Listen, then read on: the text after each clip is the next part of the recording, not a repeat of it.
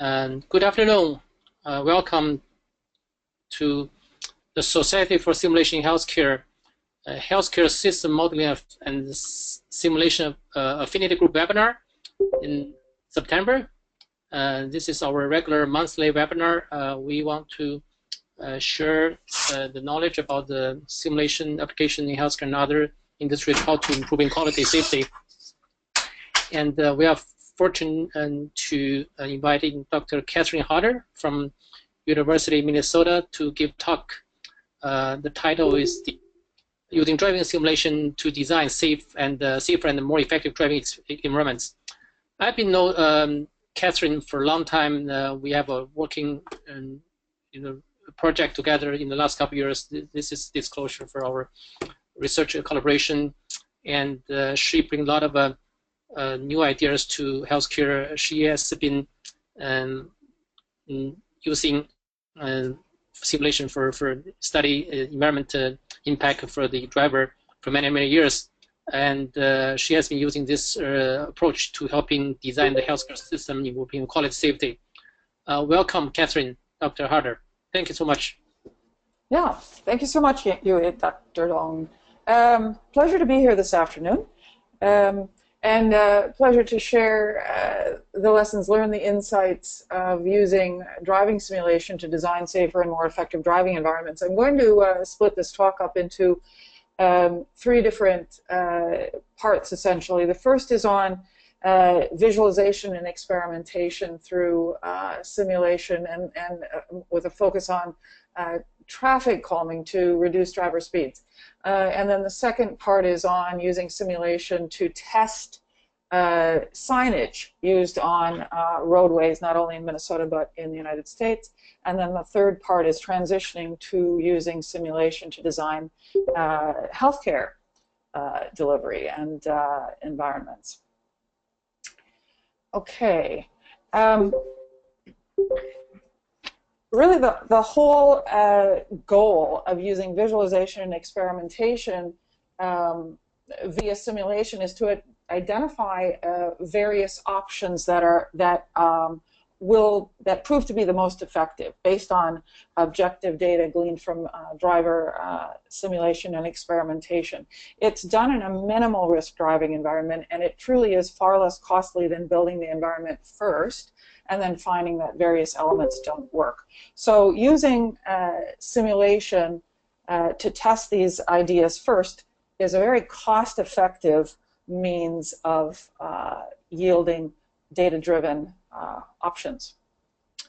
In the visualization phase, just simply looking at the design in the simulated driving environment facilitates increased communication among team members. For interdisciplinary team members, some of the teams that I'll be, early on in this work included landscape architects, engineers, human factors people, and it really helped to congeal and bring these differing perspectives together and visualizing in this driving simulation environment. And therefore it contributes to more effective and efficient decision making because it allows team members to identify problems and issues before final implementation. This is early days, and I'm going to be talking about years of transportation research to just simply convey that this is an effective means. It's a great tool to test various ideas before implementing them. This is a driving simulator that was used some years ago. It's a full-body vehicle. You see the Acura sitting right there in front of the screen in front of you. That is not an illusion. That's an actual car with a 156-degree field of view. And with these interactive driving environments, we created computer-driven driving models so that the driver could drive through these various things. And these are actual replications of real-world driving environments built to within 1 centimeter of accuracy. In the experimentation phase, we actually, we test, we have various goals going in, of course, and then we test the virtual roadways with human participants. So we collect driving performance data, we collect speed, lane position, we collect braking behavior, and all sorts of things that can help us make decisions based on robust experimental data. Going to talk about a couple, several examples actually. One in northeastern Minnesota along Lake Superior, Trunk Highway 61. Then talking a little bit about traffic calming in a suburban environment, and then a rural intersection study also in Minnesota. All three of these are based in Minnesota, and they are all real-world examples. In the Tofte project, I'm not sure how many of you are familiar with the North Shore, Minnesota's North Shore of Lake Superior, but Trunk Highway 61 is the highway that connects Duluth with Canada, and there's a lot of traffic. The volume is pretty high, and so folks with residents of Tofte came to the Minnesota Department of Transportation and said, look, we're having a problem with high-speed traffic. People are not slowing down. What can we do to make people aware that this is an actual town they're driving through? And the Minnesota Department of Transportation was very reluctant to install a traffic light. So then the idea was, how do we design a traffic environment that manipulates the perception of drivers? And so a number of things were tested, and I'll show you the before and after. And so this is an image of the driving simulation without any intervention. This is simply the road, no roadway or landscape elements. It does take a little while to load, so don't have a little heart attack. I'm speaking to myself. Okay, here we're driving down Trunk Highway 61 in northeastern Minnesota. You'll see Lake Superior to your left, and so this is just the road, and this is the way it was. It's, you know, people could drive essentially the speed their perceptual systems allowed them to drive. When something looks like an airport runway, typically people drive like it's an airport runway. So then transitioning to, excuse me, could you, if you're on the phone typing, could you mute your line because it is getting into my cognitive space? Okay, so here we are driving on exactly the same road, but you'll see that there are landscape treatments, there are plantings on the median coming up, and an intervention with pavement coloration. And the overall effect is that this manipulates the perception of the drivers to slow down. It's no longer a runway experience because there are plantings, the pavement coloration, and indeed this resulted in a statistically significant finding that drivers really did reduce their speed far more than in the controlled driving condition in which no one was, the speed was not reduced. By the way, these are all counterbalanced, meaning that the same participants drove both the no intervention, the control, and the intervention condition, but they were counterbalanced so that half the experiments got no intervention at first and then got the intervention condition, and vice versa. Half got the intervention first and half got the control second, and that is to control for effects of order. And of course, the value of doing within subject design is that you have the same package of the driver, so it controls for a lot of other intervening variables. Moving on to the traffic calming in a suburban environment. This is, honestly, it looks like a generic suburb, and in many respects it is. So here we were looking at traffic calming using bump outs, plantings, center medians or median islands to see whether or not these elements in fact manipulate driver perception, leading them to slow down. And if this were a totally interactive presentation, I'd ask you to predict what we found. And in fact, not surprisingly, we did find that the treatments were statistically significant. So you can see that in the presence of plantings, speeds were lowest except in the control. And I'm not going to get into all the nuances of the data. We simply don't have the time, and my hunch is you're not all that interested in it anyway. But you can see that with the medians and bump outs and the plantings, those treatment interventions did lead to slower driving behavior, which is really what we're after. So then moving on to another example of using driving simulation to design safer and more effective driving environments. Here we have an actual intersection in Goodhue County, also in Minnesota, in rural Minnesota. The idea was to design a more salient rural intersection. For this one, we had an updated driving simulator, and it's a full-size Saturn that you see in front of you. And with this particular, in this lab, we had 210 forward field, 210 degree forward field of view, with side view mirrors, the view represented on LCD. Panels, and a 60-degree rear view. So it really was an immersive driving environment for our experimental participation, our experimental participants to drive in on the roadways. MnDOT came to us with this study and said, okay, we have a big problem at this intersection. There are far too many crashes, serious crashes, disabling crashes, of people blowing through the stop sign on a minor road, as I said, in a rural part of Minnesota.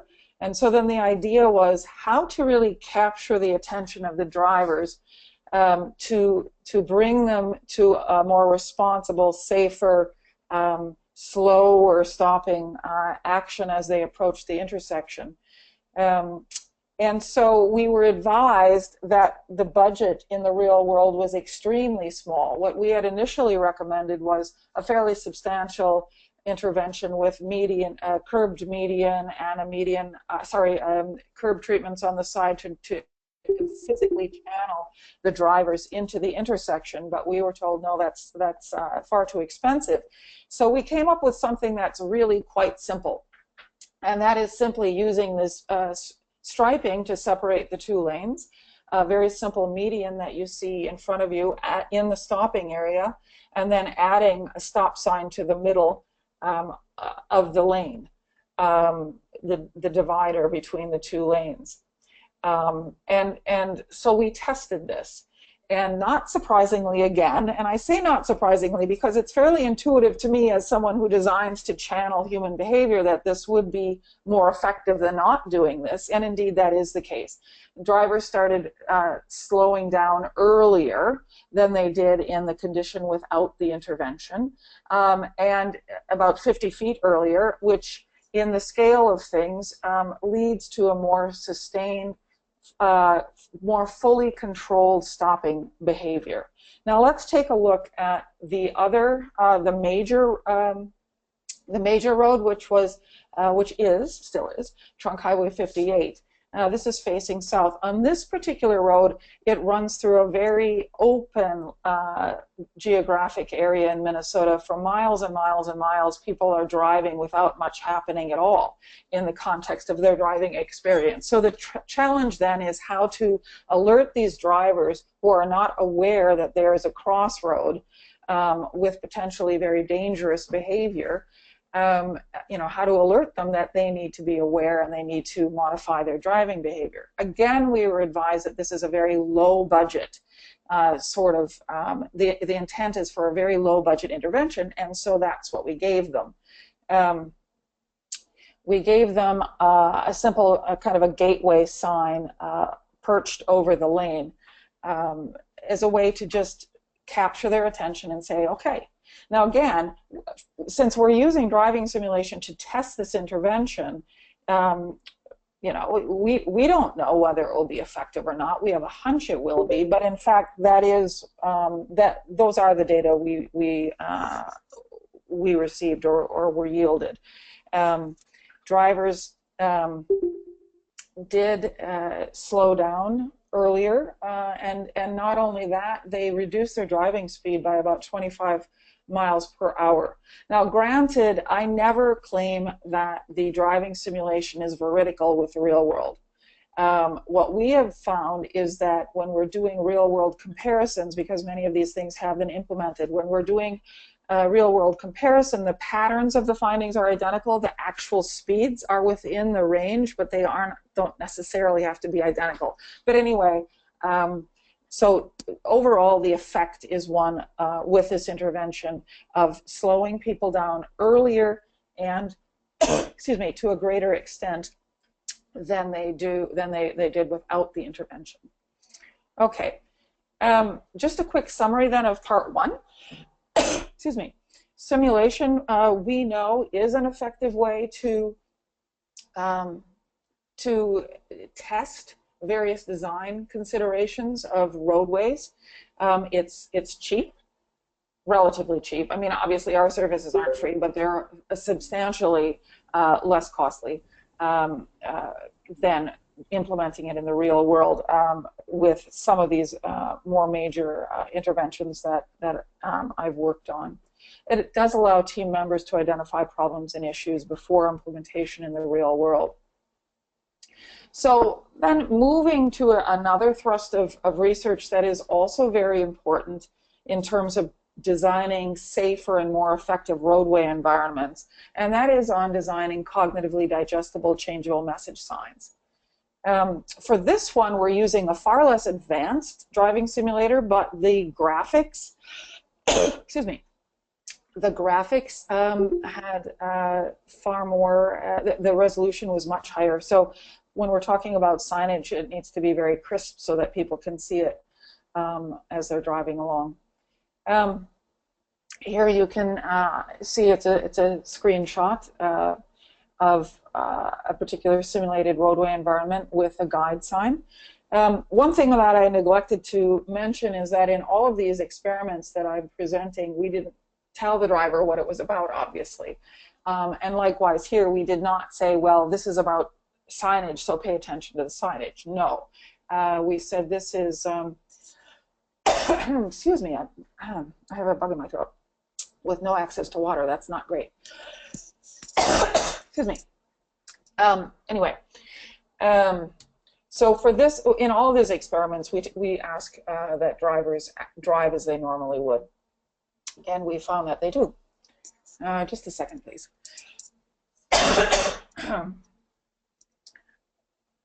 Okay, so on to the actual experiment. In this one, we were given a sign from MnDOT, which is the abbreviation for the Minnesota Department of Transportation. They gave us this sign to test. It says, crash at Wyoming Avenue, use Thompson exit. In this particular experiment, we had 120 drivers from 3 different age groups. So we had 40 drivers per different age group, and there was a 50-50 split between males and females, which allowed us to investigate a whole bunch of things. In this one, only 67 of 120 drivers, that's just under 56%, actually took the exit. That's a really poor outcome. And about 10 of 120 slowed down by at least 4 to 5 miles per hour, which is pretty significant as well.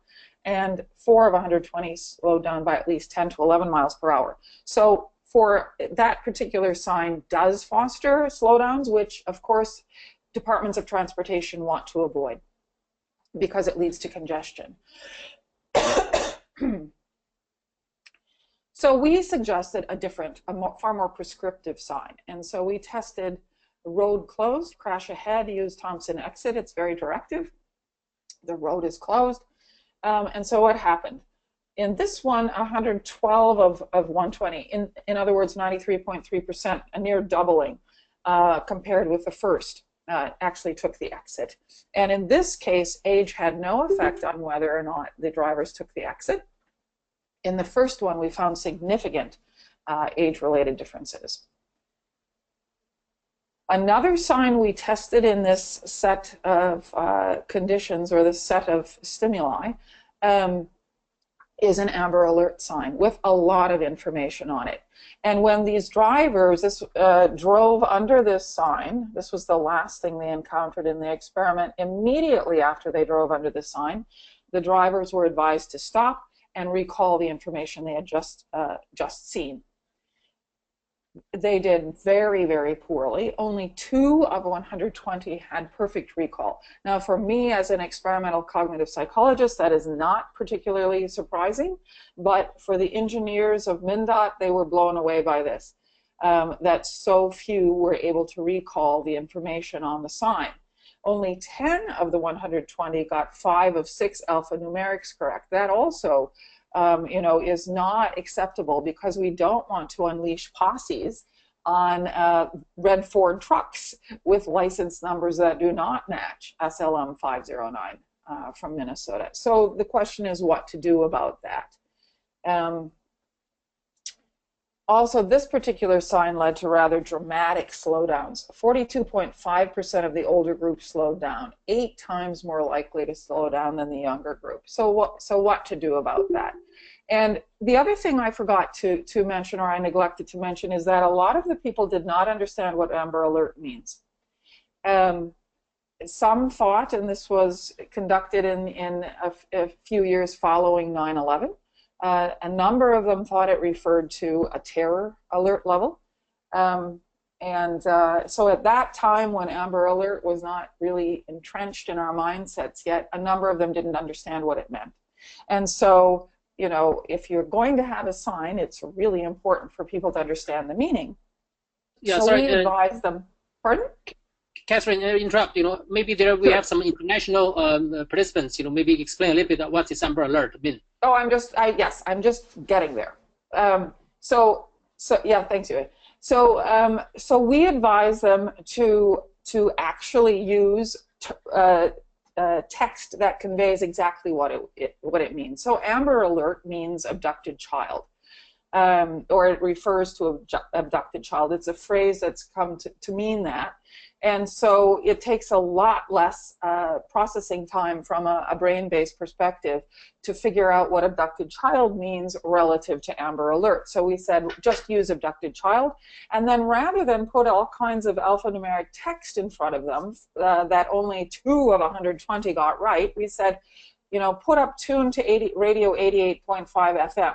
And the rationale was such that this is a Minnesota Department of Transportation affiliated radio station, and if there were an abducted child, they could loop the information about the vehicle and the license plate on that station in a continuous format so that it could then be encoded by the drivers into their memories in an auditory fashion, rather than, we did not want them to produce behavior in which they have to grab a pen and paper and write things down. So this easy to tune into the radio station, and in fact this is what the Minnesota Department of Transportation then turned to, and this is what they used for years and years and years. They still do use abducted child, but more recently I noticed that with the advent of everything being hooked into smartphones, they've reverted back to using all of the information on the sign, which then is automatically conveyed to our smartphones. But if we didn't have the technology, the rationale for this is very sound, and honestly for years did produce the desired response. For this, 86 of 120 retained enough information to tune to the correct radio station. That's far better than 2 of 120. Okay, and of course all of the people understood what abducted child refers to. So moving quickly to intelligent lane control signals. This is a project we were invited to do to determine which of 3 merge signs were most effective. So we tested a diagonal arrow. This is something that the Federal Highway Administration wanted us to test. We tested text or words on the sign, and we tested dynamic chevrons. And then we wanted to know as well the extent to which participants reduced speed in the presence of intelligent speed limit signs. So they drove for about 5 miles, and not about, it was exactly 5 miles, and then they encountered the first intelligent sign, the speed limit sign, and then 5 miles down the road they encountered the next. So half mile down the road they encountered 35 miles per hour, and then they encountered the first lane closure sign, the warning a mile down the road, and then a half mile down the road they encountered the diagonal arrow. I mean, these were all it's like 12 counterbalanced conditions: right and left lane departure, right and left words, and right and left dynamic chevron. So I'm not going to get into all the weeds of this. I'd probably bore you to tears. But the point is, these are the signs we tested for both directions, right and left lane departure. So that's the text, and that's the dynamic chevron. I should tell you that all of these signs were legible at the mandatory 860 feet distance, 600-foot distance required by transportation authorities. Okay, so then the question was, what did they do? Did they actually abide by the signage? And when did they leave the lane? Okay, so here you have quickly, I mean, I have tons and tons of data. I could show each one of these experiments. I could spend an hour. So this is a very high-level overview. But you can see that the diagonal arrow resulted in them leaving the lane earlier than the dynamic chevrons and the words. So if the intent is for the drivers to leave the lane earlier, the diagonal arrow won the contest, followed by the dynamic chevrons and then the words. I'm not surprised that the words came in last, because it's more difficult for people to figure out text than it is for a simple diagonal arrow. So this is a really great way to get solid experimental or empirical data that shows that a very simple instruction to drivers conveys the message more clearly than text. Okay, so how can we use these findings? Well, I mean, they clearly indicate that using driving simulation is a great way to indicate prior to implementation that cognitively digestible signs that are designed in a way that really capture and engage the attention of drivers lead to increased driver comprehension and compliance. This is true across all the age groups. Okay, so the question then becomes, using driving simulation in the whole transportation world is an effective design tool, and it's something we've used very well for years. As I said, it's a cost-effective tool that allows us to test various options prior to implementation. Why not use simulation to design more effective and efficient care delivery? It is a powerful tool. It's something that we really need to look into and pursue in healthcare. In terms of possible uses of simulation in healthcare, it can be used for infrastructure design, for example, hospital and clinic design. And this is something that architecture firms are doing, and in that respect, but they're using it mostly for visualization. They are not using it in an experimental way to test various options. They're mocking things up, doing walkthroughs. But part of the power of simulation is to actually produce the data that tells us which option is better than another, grounded in whatever objective it is we're trying to obtain. So I'm suggesting we can use it for infrastructure design and testing.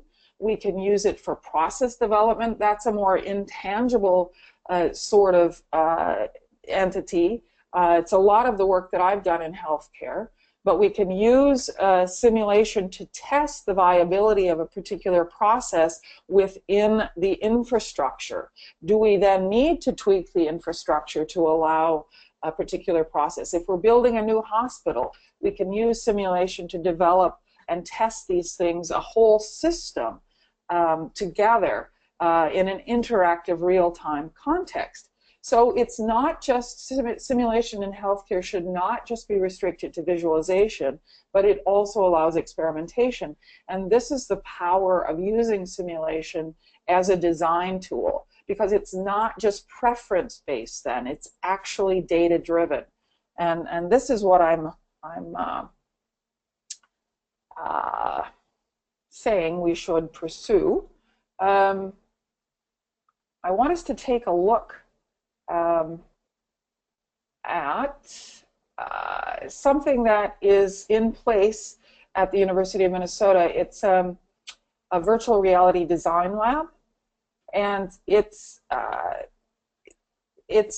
actually the largest space in the United States, at least this is true a couple of years ago, that allows for interaction in a virtual reality sort of space. Well, let's just take a look and I'll talk us through it.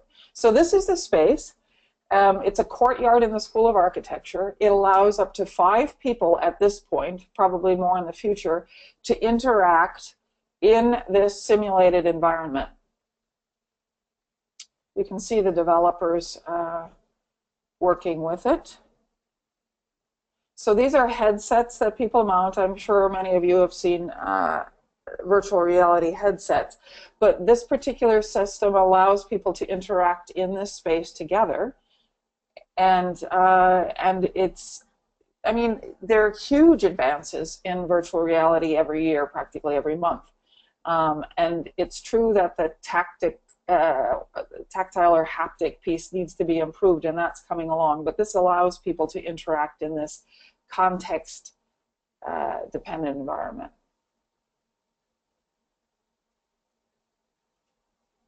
I'm hearing the music, but I suspect you aren't. But here you see these people, and they are interacting. Obviously, we aren't seeing what they're seeing. They are seeing a mock-up of an intensive care unit, a healthcare setting, and I mean, that's just one example of what can be mocked up. It can be many, many different things. Of course, just like in the transportation world, you can mock up everything down to a centimeter of accuracy. You can do that in this world as well.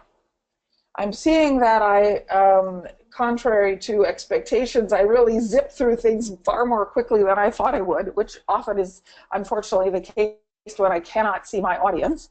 But here's a summary of the talk. Hopefully it's clear with all the data I presented. And bear in mind, I didn't present all of the data, but hopefully you'll trust that it's robust. I didn't get into all the methodology, but it's all counterbalanced and controlled and all of those good things. And sufficient, healthy subject size, participation size. But the simulation really in healthcare, in driving simulation is an effective tool to use. It catches issues, problems, errors prior to implementation.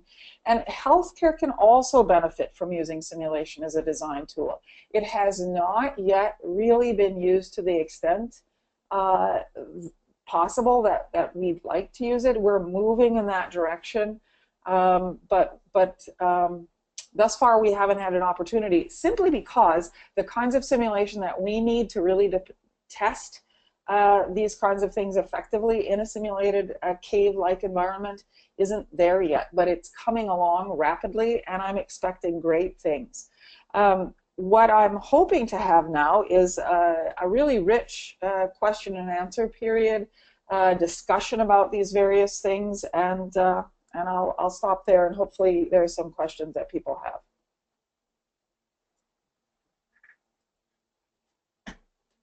Great. Thank you, Dr. Harder. Yeah, you're welcome. Do you have that slides for the last our website, or things can share with the group? The group website for the Affinity group, which I sent to you yesterday. That slides. Oh. Yeah, you can just leave there. So for the people who want to join this group later. So while I try to find that slides, I can have a question. So if other people can follow up. So one question is, for the 2 examples you share with us from the transportation world or the industry. First, why the authority or the group or the NDOT choosing design approach instead of education approach or training approach?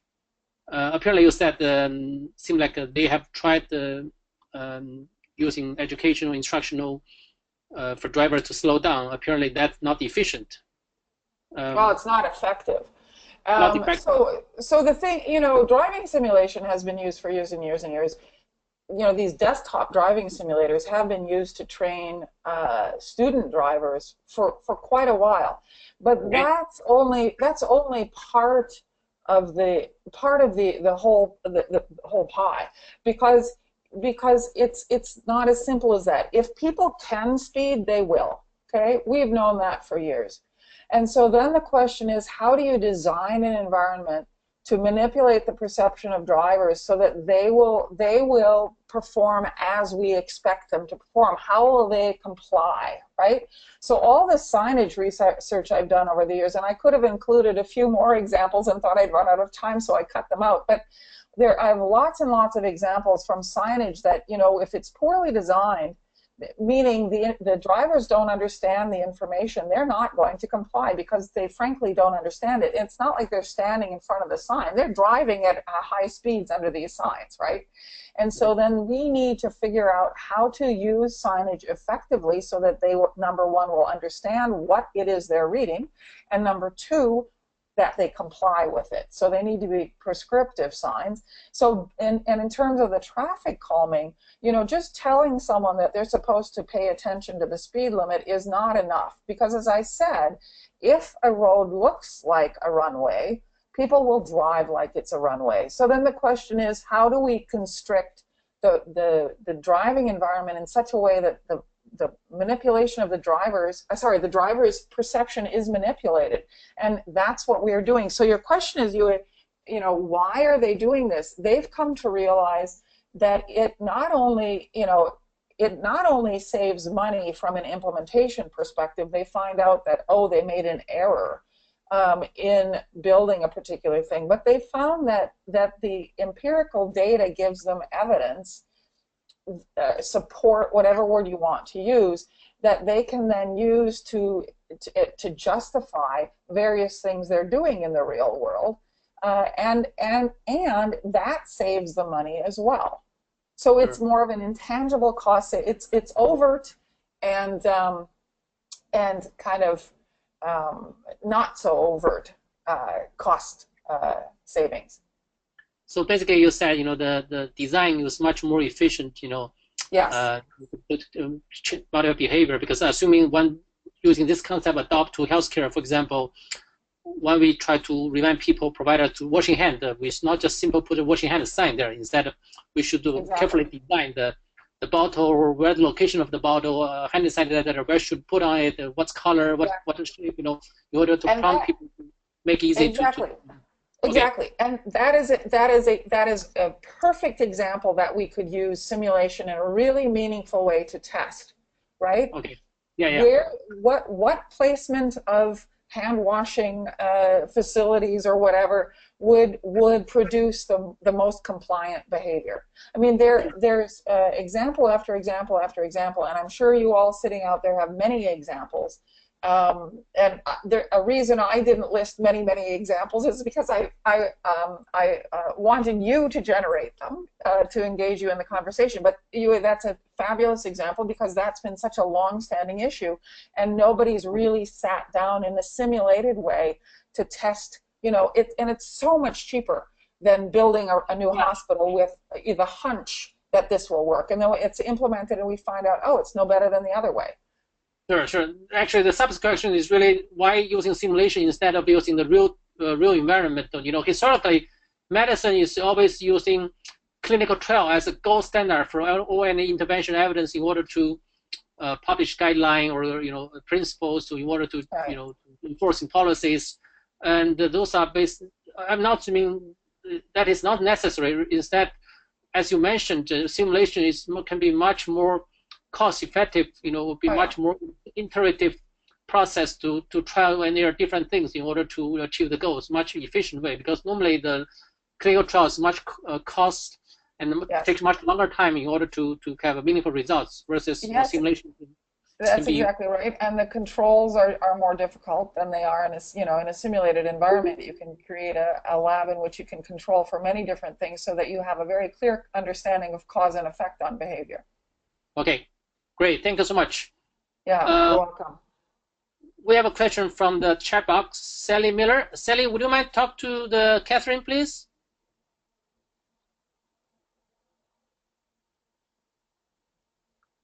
Or I can read the question to you. Can you hear me? Yeah, go ahead, Sally. Can you tell me where you're from? And I'm at Vanderbilt University School of Nursing, but my research was with older adult drivers for my PhD. Okay. And so I was just curious about the age range of your participants. And while I have you on the line, just wondering about any other like baseline cognitive testing you did or any type of literacy testing for your baseline status.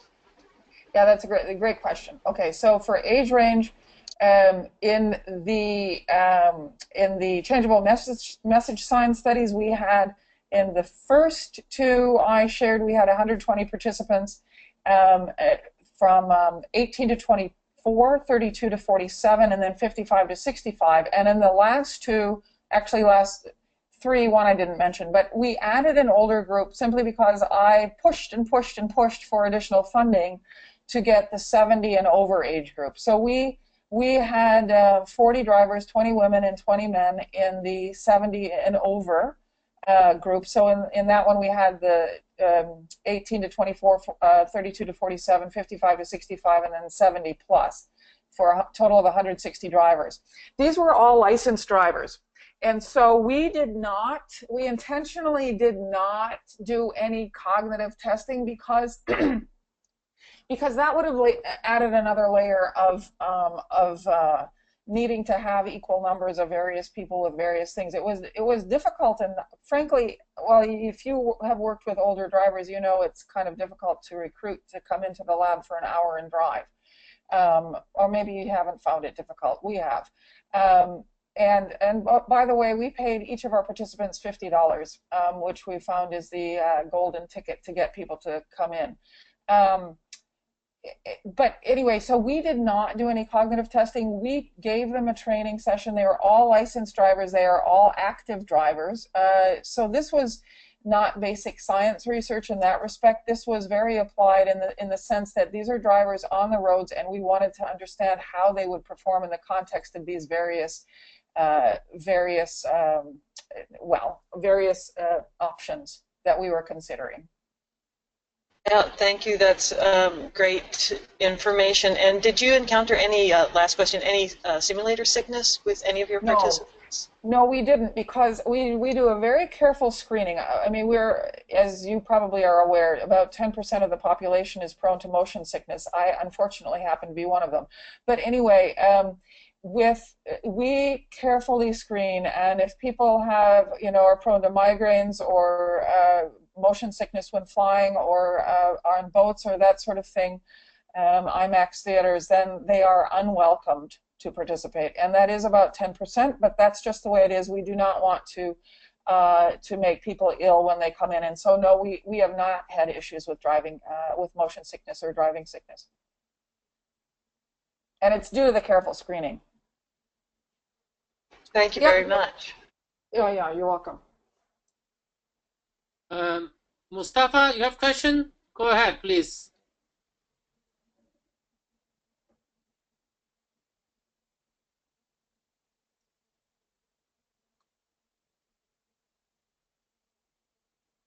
Hello? Mustafa? Your mic. Well, can you hear? Okay, if he cannot speak, I can speak for him. So basically, he asked in the chat box, Uber has a groundbreaking technology driving a car on the road without a driver. What kind of simulator can be used in driving a car without a driver? How simulator attached to a wheel or engine?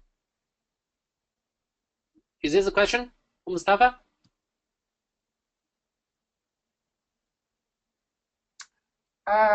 Well, I'm not sure I understand the question, but I'm happy to respond to the driverless vehicle problem. Okay. Very risky.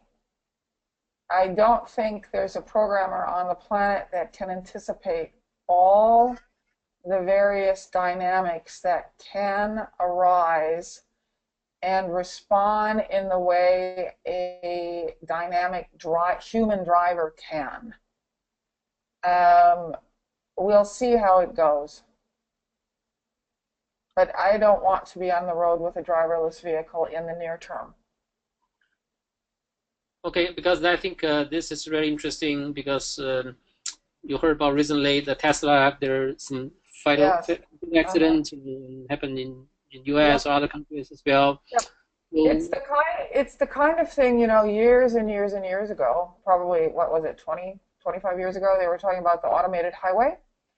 In which, you know, same sort of thing, cars would get in this free-flowing high-speed roadway, and somehow the engineers forgot about exiting and entering.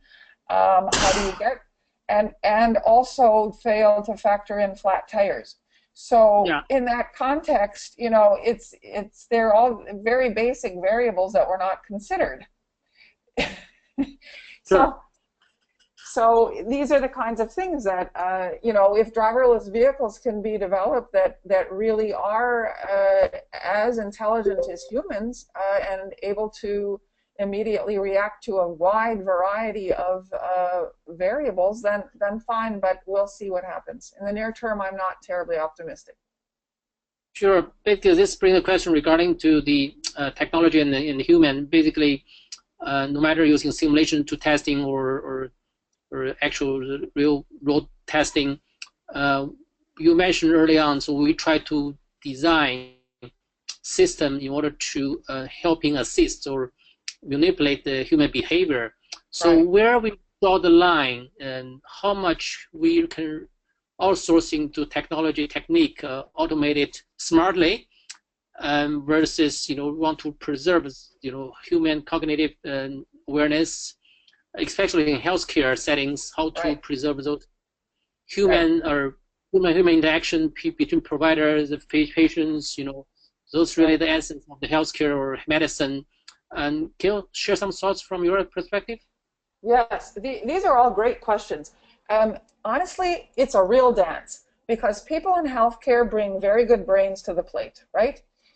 And we do not want to design to detract from the overall functionality of the neurons at the scene. That is never my objective. My objective in designing is to enhance the behavior. You know, we cannot design to address everything. So we can design, so to back up a little bit, you know, we all have X amount of neural bandwidth, to use a term most of you have heard. X amount of neural bandwidth at any one point in time, okay? If more tries to get in, it'll just fall off the plate, so to speak. So we can do so much at any one point in time.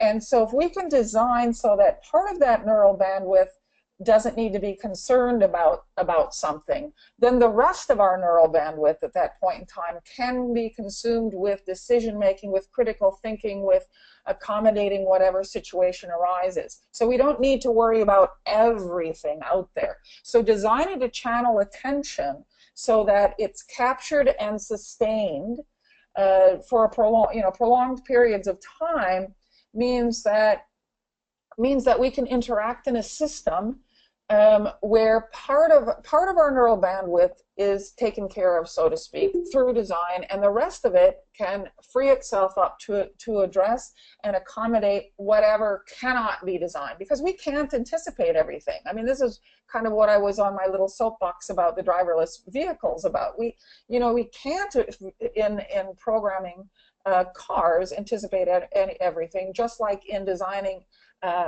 in a healthcare delivery environment, we can't anticipate everything either, and we shouldn't, because we have very rich brains.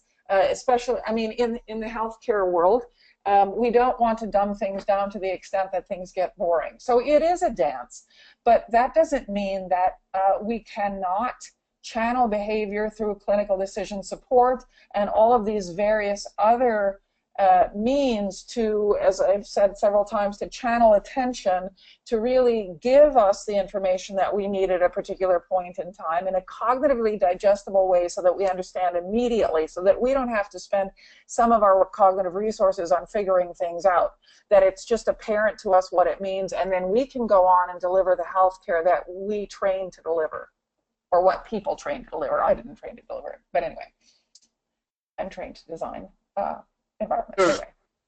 Yeah. So I was wondering, thank you for this great discussion. Any other people want to addressing these issues or discussions? This is really meant to a very engaging discussion with Kathleen and other participants. Feel free to jump in. We'd like to hear from you and where from while addressing the questions. But as long as no one, I can ask another question. Just follow up the discussion we had. So, but you mentioned we need to distribute certain work to system in order to release bandwidth to focus on something important. Right. And but right now we don't even know how we do things, in a much more granular level, because historically medicine has been the craftsmanship, in the last 100 years. This is not my word. It's a craftsmanship. It's craftsmanship. Oh. Okay. Yeah, So this, well, that's changing. yeah, well, it's changing. This term is not my term. It's really the hospital, Mayo Clinic Chief Quality Officer Steve Swenson mentioned that we need to change this to a much more reliable meaning. So in that regard, we talked about before. So before we simply just create simulation center or simulation labs, when we do some abstraction of the clinical reality, sometimes we unintentionally lost some details from the system when we recreate the environment. Those elements may be very important to the behavior changings or the procedures. Right. So my question is, when we try to design something for the design platform or simulation environment, we need to make sure we replicate what actually this really system which representing the reality, because you mentioned that in your simulator in the travel department, the transportation department, every 1 centimeter details was replicated. Carefully.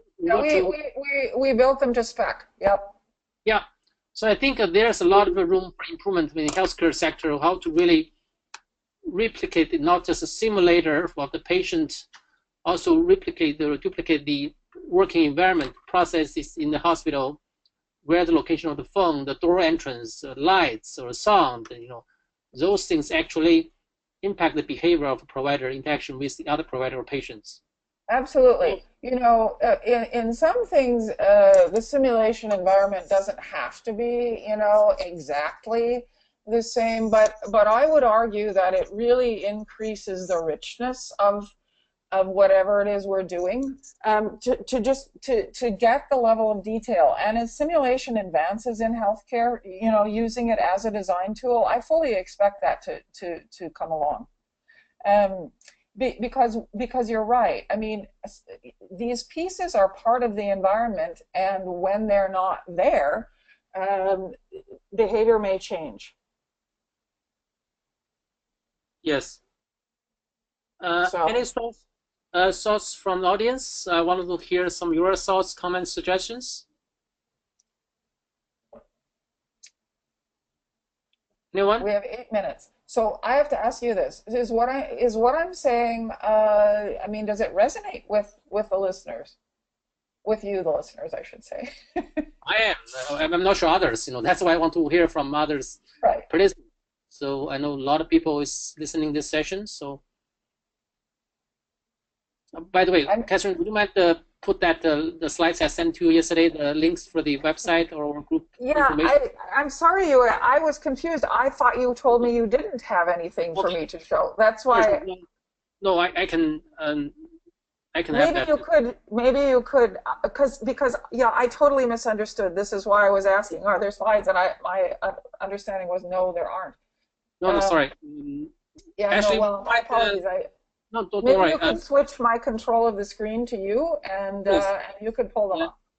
Ashley, would you mind let me have the the presenter? Okay, great. Thank you so much. Just a second. So any questions from the audience? Please ask Catherine. So. Yes, my apologies for speeding through. I mean, I'm sorry, I should know by now. I tend to do this on webinars because I'm a human person, and I rely on the audience, and when I don't see the audience, I'm in my own world, and I unfortunately skip things. So my apologies. No, you're great. Just a second, I'll try to load the slides.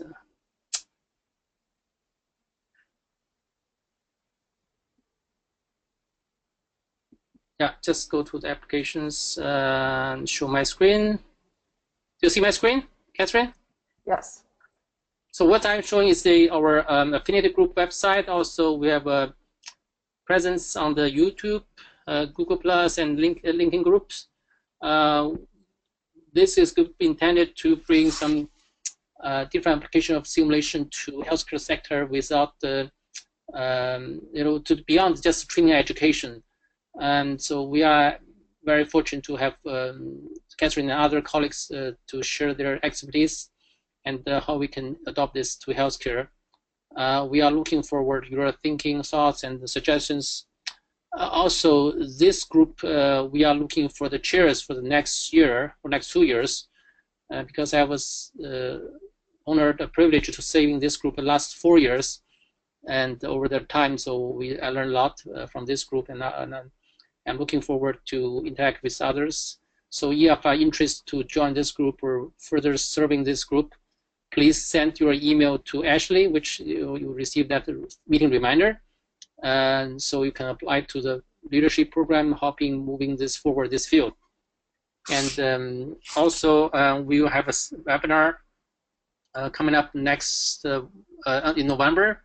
So right now there's no scheduled meeting in October yet. We are looking forward to your participation next time. Also, you all receive an email from our organizer. So with the post-meeting surveys, we are looking forward to your comments, suggestions as well. So if people want to ask questions for Catherine or me or any of us, we'll be happy to entertain all of you. Or Catherine, you have any question for audience, and you can ask it here as well. I'm wondering if anyone on the call is using simulation to design, not for education, but to design for healthcare at this point. Yes, we did some work here at Mayo, and we're doing using simulation, very simple simulation to design different EMR interfaces, to see the impact for for aware and others. But yes, I'm aware of that. That's great. Yep. But I'm wondering if in a more in a whole systems sort of approach where you have the infrastructure and you're looking at the process in that infrastructure, and that I'm wondering if anyone's doing that. This is challenging in healthcare in general. I think people haven't really thought this yet. And right. I know a lot of industry having to do this. I was in Chicago. Attending a human factor meeting, and the group hosting a dinner, a reception in one of a company, a firm, a human factor design firm is actually in the Loop area. There's 2-level, whole floor is equipped with simulators or rooms, settings. Those rooms actually is not really for education purpose, really a design from how to design packages, for the medications, or how to make sure. Other industries have been doing this for many decades. I think healthcare has been struggled to really adopt this design changes, design thinking to various level. So that's what we are here for, to try to pursue this direction, and hopefully we can more this kind of discussion in this. Right. No. Yep. I'm aware of it. Yes. And also, I think a lot of the participants, I think in this forum or this group, is really willing to learn from people like you, Catherine, and other colleagues from the human factor design, and how to really can have a collaboration or conversation crossing the traditional boundaries between the healthcare engineering, psychology, design, and right. I think this will be very important work. We should pursue that direction. So this group is just specific design for this purpose. So we hope this have a lot of discussion in this forum, on the YouTube, on the Google Hangout, and also on the LinkedIn groups.